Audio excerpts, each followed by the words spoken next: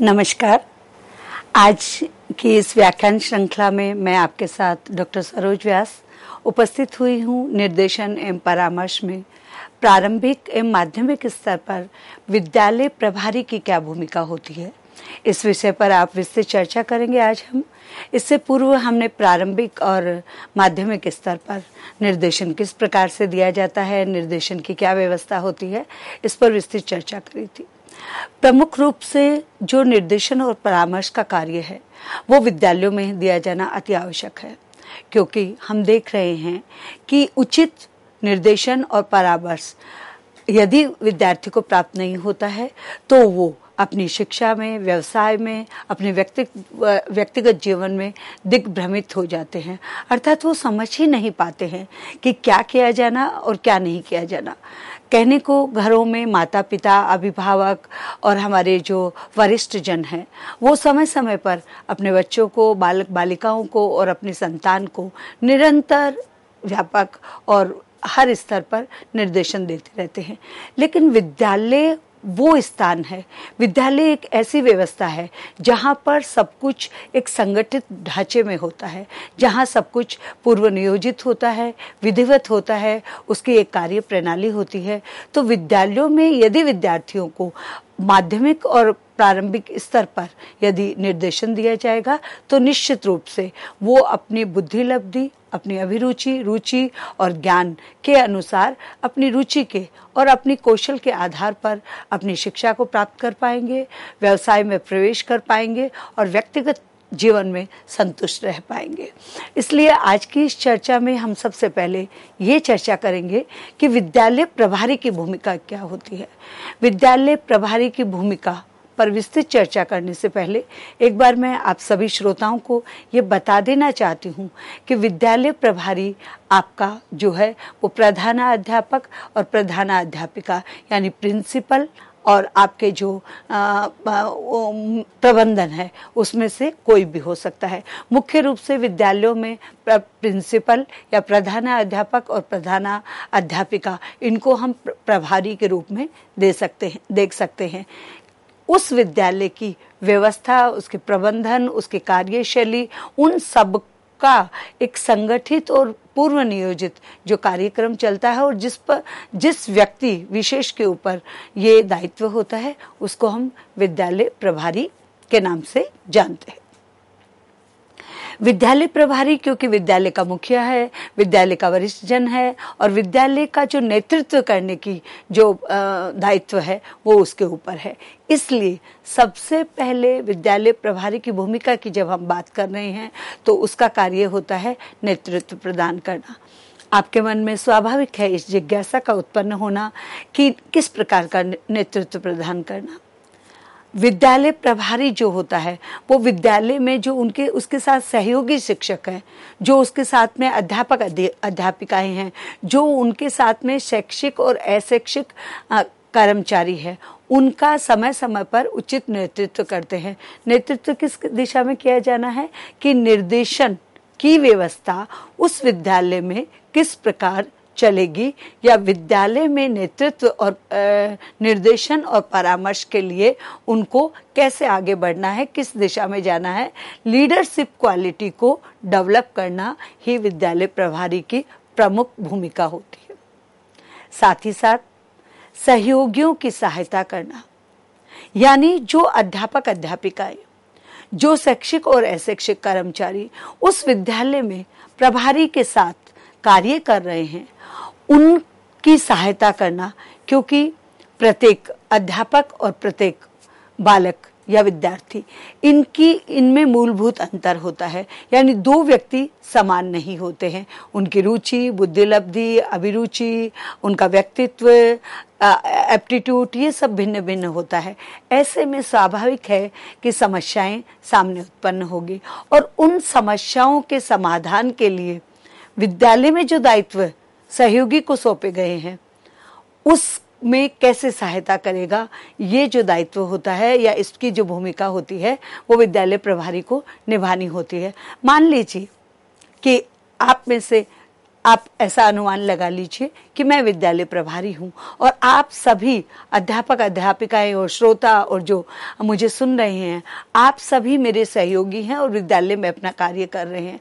ऐसे में मैंने आपको कुछ दायित्व दिए हैं कि किस स्तर पर किस विद्यार्थी को और किस प्रकार का निर्देशन और परामर्श दिया जाए। लेकिन जब निर्देशन और परामर्श देने के लिए आप जाते हैं तो वहां पर आपके सामने बहुत सारी धरातलीय समस्याओं का आपको सामना करना पड़ता है और उन समस्याओं का समाधान कैसे किया जाए, इसके में सहयोग करने का जो दायित्व है वो भी विद्यालय प्रभारी पर होता है। फिर बात आती है निर्देशन समिति का गठन करना। विद्यालय में जो विद्यालय प्रभारी या अध्यापक, प्रधान अध्यापक या प्रधान अध्यापिका है, वो विद्यालय में निर्देशन समिति का गठन कर सदस्यों का कुशलता पूर्वक चयन करता है। विद्यालय में मुख्य रूप से यदि हम विद्यालय की बात करें तो प्राचीन काल से लेकर के आधुनिक काल तक विद्यालय जो है वो 3 भागों में 3 स्तंभों पर टिका हुआ होता है। एक होता है विद्यालय का प्रबंधन, चाहे वो सरकारी हो या गैर सरकारी हो। दूसरा होता है शिक्षक समुदाय और तीसरा होता है विद्यार्थी। तो अब जो निर्देशन सेवा है उसका गठन करने के लिए विद्यालय में जो अध्यापक अध्यापिकाएं हैं, जो उनके सहयोगी हैं, उनका चयन करके, कुशलता पूर्वक सदस्यों का चयन करके निर्देशन समिति का गठन करने का कार्य भी प्रभारी के कंधों पर होता है। अब हम यहाँ पे इसको और स्पष्ट रूप से समझ सकते हैं कि विद्यालय में जो अध्यापक हैं, प्रत्येक व्यक्ति निर्देशक है और प्रत्येक व्यक्ति परामर्शदाता है। कोई भी व्यक्ति अपने अनुभव और अपनी आयु या अपने अनुभव के आधार पर किसी दूसरे व्यक्ति को निर्देशन दे सकता है और उसकी समस्या का समाधान कर सकता है, यानी उसे परामर्श दे सकता है।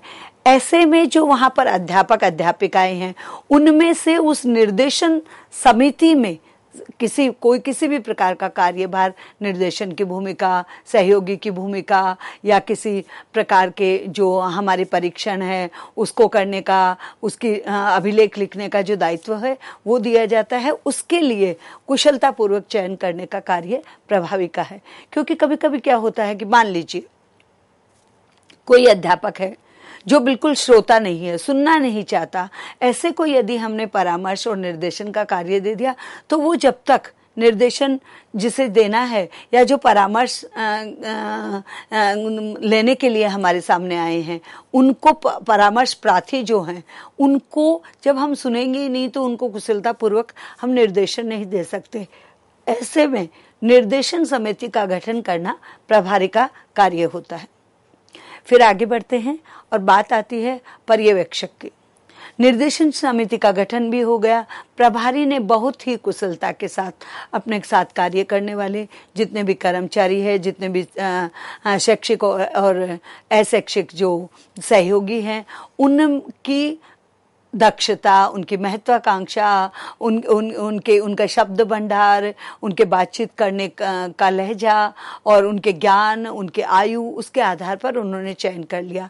अब चयन करने के बाद में प्रभारी का कर्तव्य है कि निर्देशन सेवाएं सुचारू रूप से चल भी नहीं रही है या चल रही हैं, इसका पर्यवेक्षण भी करना। यानी केवल समिति का गठन करने तक ही कार्य समाप्त नहीं हो जाता। समिति का गठन करने के बाद में प्रभारी का यह दायित्व होता है कि वो समय समय पर इस बात की पुष्टि करे या पर्यवेक्षण करे कि वहां पर निर्देशन सेवाएं सुचारू रूप से चल रही है। और अब जब हम विद्यालय के प्रभारी की निर्देशन एवं परामर्श में भूमिका या कार्य की बात करते हैं तो बात करेंगे हम कर्तव्यों के विवरण की।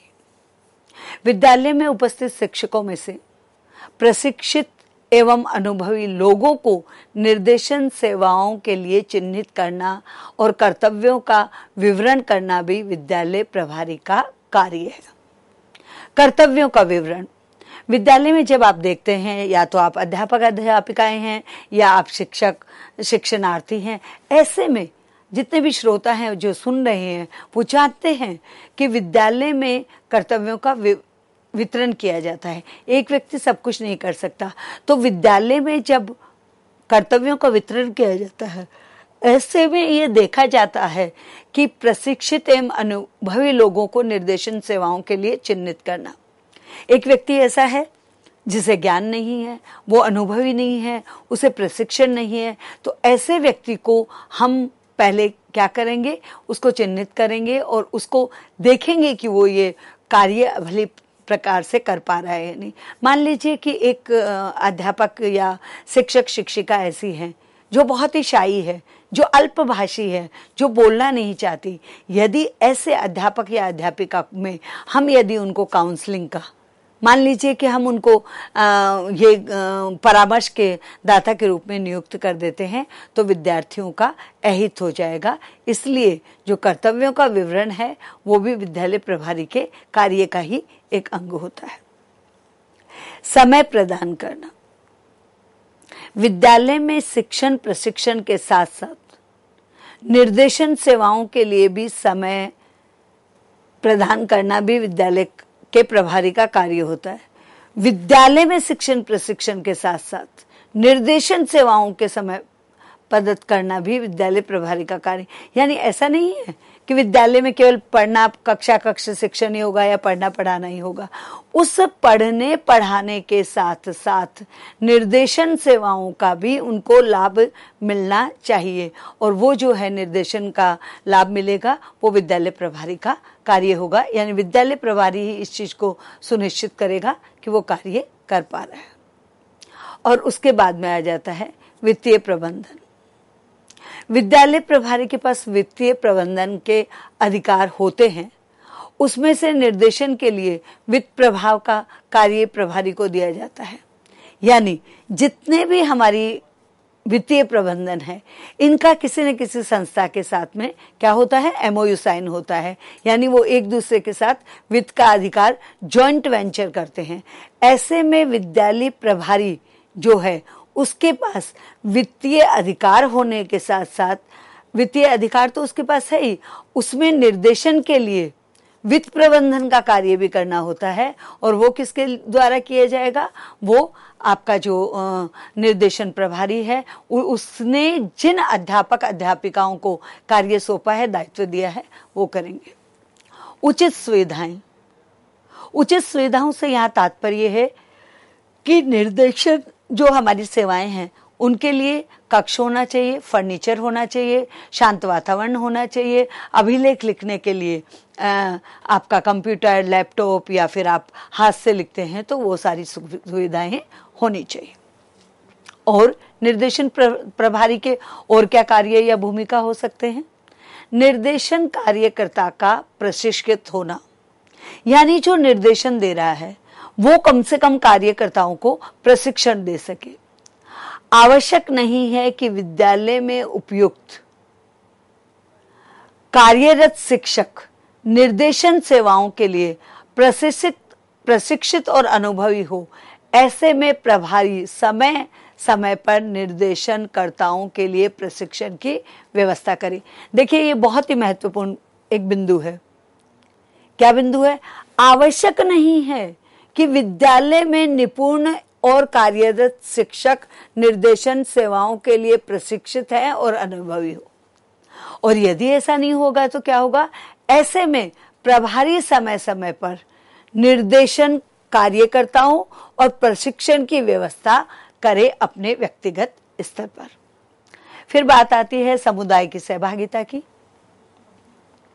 समुदाय के कर्तव्यों की सहभागिता का उचित प्रयोग किया जाना। समुदाय जो होता है वो समुदाय में भी अलग अलग कर्मी होते हैं, कार्य करने वाले होते हैं। उनकी सहभागिता का उचित उपयोग करना। सहभागिता कैसे हो गया कि मान लीजिए कोई मुझे एक स्टॉल लगाना है, मुझे अपने किसी स्किल को बोलना है, मुझे अपने किसी स्किल को जस्टिफाई कराना है, तो मैं क्या करूंगी? यदि मुझे स्किल को कभी कभी क्योंकि मेरी आवश्यकता है तो मैं एक गूगल फॉर्म फ्लोट करूंगी, या मैं फिर उनसे क्वेश्चन आंसर मेथड से बात करूंगी, या मैं उनसे पुनरावृत्ति कराऊंगी, या मैं उनसे ये पूछूंगी कि आपने जो ये बोला है, ये जो आपके द्वारा बोली गई बात है, ये कौन से स्तर में और कहाँ पर अंकित है, ताकि इसका रेफरेंस हम भी दे सके। ऐसे में समुदाय के कर्मी है वो ये चाहते हैं कि वो वहाँ रहे और वहाँ रह करके वो अपने परिवार, अपने परिजनों, इनकी जो व्यवस्था है उसके बारे में बात करना चाहते हैं। तो ये समुदाय की सहभागिता है कि समुदाय के कर्मियों की सहभागिता का उचित उपयोग। समुदाय में हमारे अभिभावक भी आ जाते हैं, समुदाय में हमारे समाज के प्रतिनिधि भी आ जाते हैं, समुदाय में हमारे एल्यूमिनाई स्टूडेंट्स भी आ जाते हैं, समुदाय में हमारा शैक्षिक और अशैक्षिक वर्ग भी आ जाता है। अभिभावकों की सहभागिता, अभी तो हमने वैसे तो समुदाय की सहभागिता में अभिभावकों के सहभागिता की भी बात करी, फिर भी यहाँ एक अलग बिंदु के तहत भी मैं आपको बताना चाहूंगी कि विद्यालय प्रभारी अध्ययनरत विद्यार्थियों के अभिभावकों को भी समय समय पर निर्देशन सेवाओं से परिचित कराए। क्यों ऐसा किया जाना चाहिए?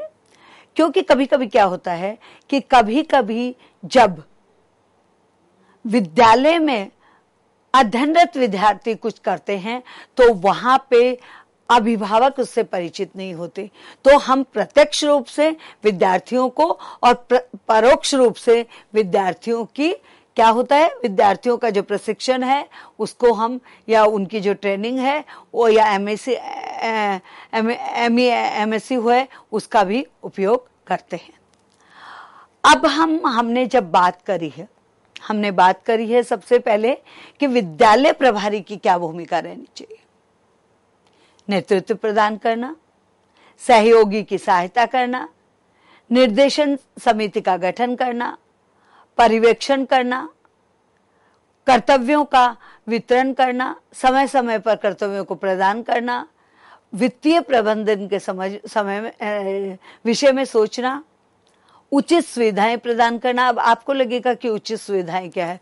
उचित सुविधाओं का मतलब है कि जो हमारा निर्देशन देने के लिए, परामर्श देने के लिए, जो परामर्शदाता परामर्श देने वाला है, निर्देशन देने वाला है, उसका जो सेटअप है, यानी उसकी डेस्क है, उसकी टेबल है, विजिटर्स के लिए जो व्यवस्था है, ये सारी भी वहाँ पे होनी चाहिए। फिर आता है उचित चुनौतियाँ। उचित चुनौतियों में क्या होता है? उन्हीं उचित चुनौतियों से तात्पर्य निर्देशन सेवा, कक्ष और फर्नीचर इत्यादि से है। कैसे? निर्देशन कार्यक्रमों का प्रशिक्षण। सबसे पहले आवश्यक नहीं है कि विद्यालय में नियुक्त और कार्यरत निर्देशन सेवाओं के लिए प्रशिक्षित और अनुभवी हों। ऐसे में प्रभारी के साथ साथ समय समय पर निर्देशन कार्यकर्ताओं का प्रशिक्षण का चयन करें। मैं पुनः इसको दोहरा देती हूँ। आवश्यक नहीं है कि विद्यालय में नियुक्त कार्यरत शिक्षक हैं वो ऐसे हैं कि वो सब विषय के बारे में जानते हैं। ऐसे में जो प्रभारी समय समय पर निर्देशक जो हमें कार्यकर्ताओं का प्रशिक्षण है उसकी व्यवस्था की जानी चाहिए। उसके बाद हमने बात करी थी कि समुदाय की सहभागिता होनी चाहिए, अभिभावकों की जो है वो भी सहभागिता होनी चाहिए, शिक्षक, अभिभावक एवं विद्यार्थियों के साथ हमारा समन्वय होना चाहिए। ये सारी चीजें हमने बात करी और ये हमने किस पहलू के तहत, किस चैप्टर के अंतर्गत की? ये हमने करी कि प्रारंभिक एवं माध्यमिक स्तर पर विद्यालय प्रभारी की भूमिका। अब इस विद्यालय प्रभारी की भूमिका पर विस्तृत चर्चा करने के बाद हम आगे बढ़ते हैं और हम ये देखना चाहेंगे कि विद्यालय में प्रभारी के बाद में जो शिक्षक कार्यरत है उनकी निर्देशन और परामर्श में उनके लिए क्या व्यवस्था है, या उनकी क्या भूमिका है, या उनको कौन सा कार्य करना पड़ सकता है। निर्देशन सेवाओं में सबसे पहले विद्यार्थियों को समझना अति आवश्यक है। जो भी शिक्षक, जिसको भी प्रभारी ने विद्यालय में निर्देशन समिति गठन करते समय नियुक्त किया है या निर्देशन और परामर्श का कार्यभार सौंपा है, उसे सबसे पहले विद्यार्थियों को समझना होगा। अमूमन शिक्षकों से और हम सभी से वरिष्ठ जनों से जो गलती होती है वो ये होती है कि हम विद्यार्थियों को समझते नहीं है।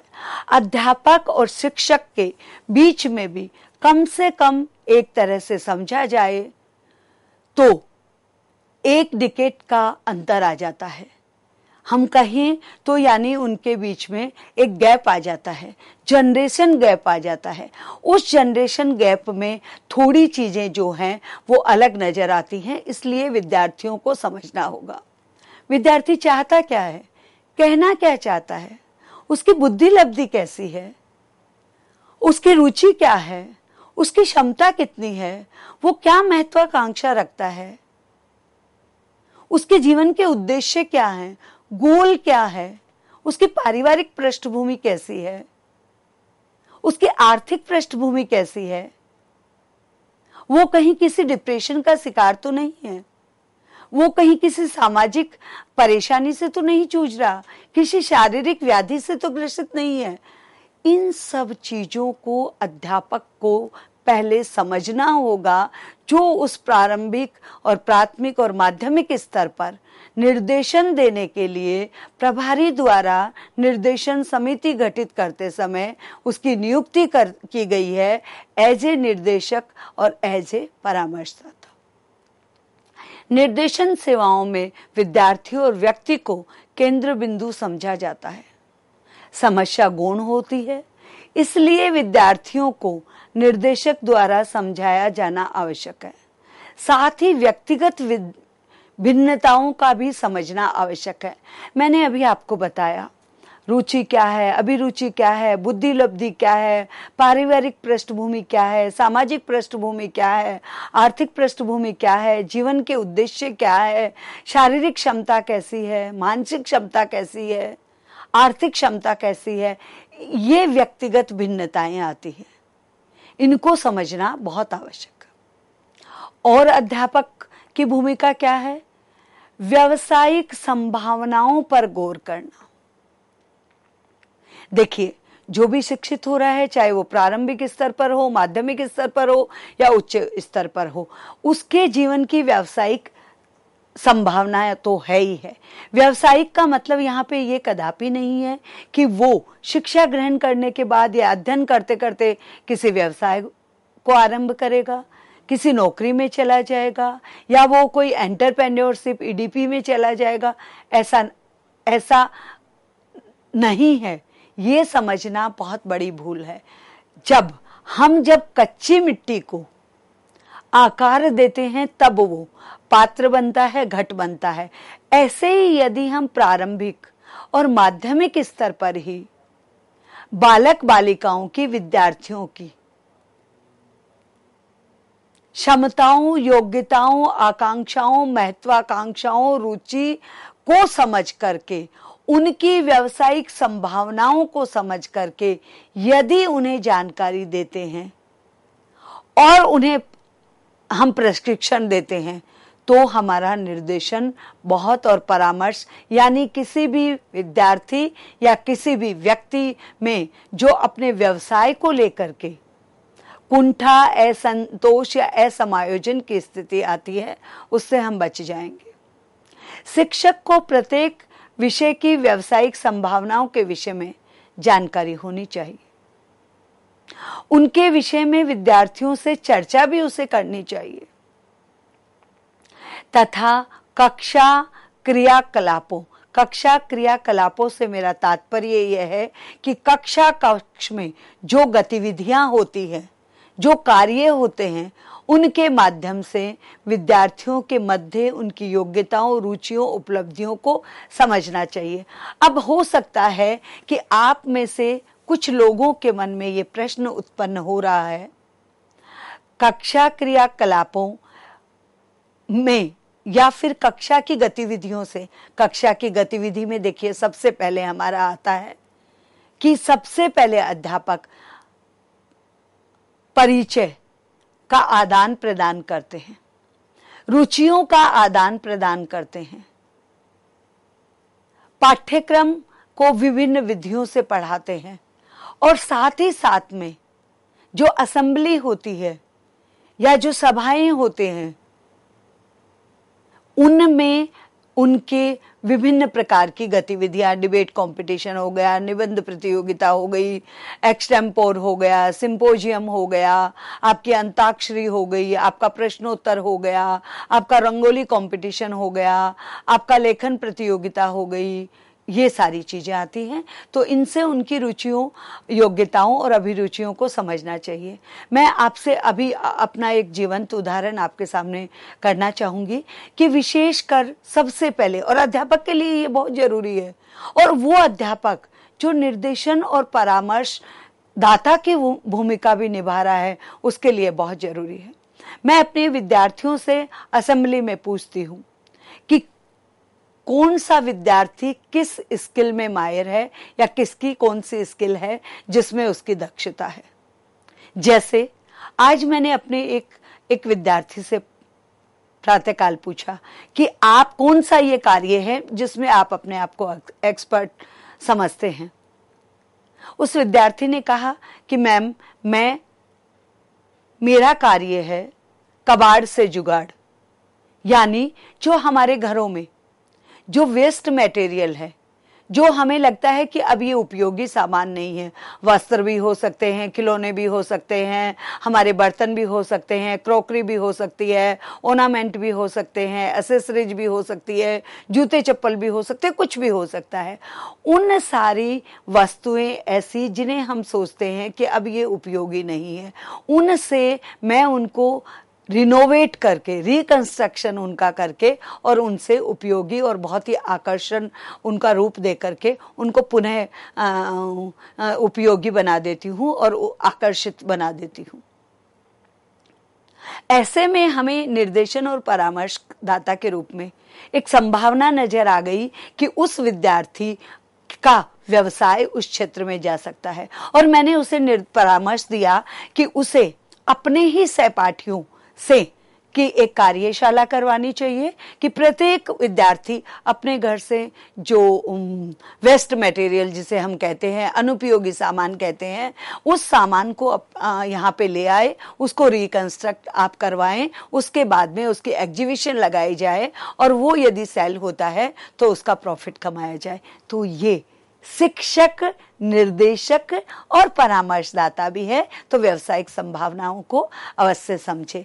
तो आज हम जो चर्चा कर रहे हैं उसमें हम विद्यालय में कार्यरत शिक्षक की भूमिका पर बात करी, और सबसे पहले हमने कहा कि विद्यार्थियों को समझना चाहिए। किसको समझना चाहिए? शिक्षक को एक निर्देशक और परामर्शदाता होने के कारण सबसे पहले विद्यार्थियों को समझना चाहिए, और फिर उनकी व्यावसायिक संभावनाओं पर गौर करनी चाहिए। और व्यावसायिक संभावनाओं पर गौर किए जाने का सबसे बड़ा जो प्लेटफॉर्म है, सबसे बड़ा जो जहां पर हम कर सकते हैं, वो हमारी विद्यालय और कक्षा कक्ष की जो पाठ्यक्रम सहगामी क्रियाएं हैं, वो हमारा सबसे बड़ा माध्यम है। हम इस चर्चा को जारी रखेंगे, लेकिन अभी मैं अपनी वाणी को विराम देती हूँ। धन्यवाद, नमस्कार।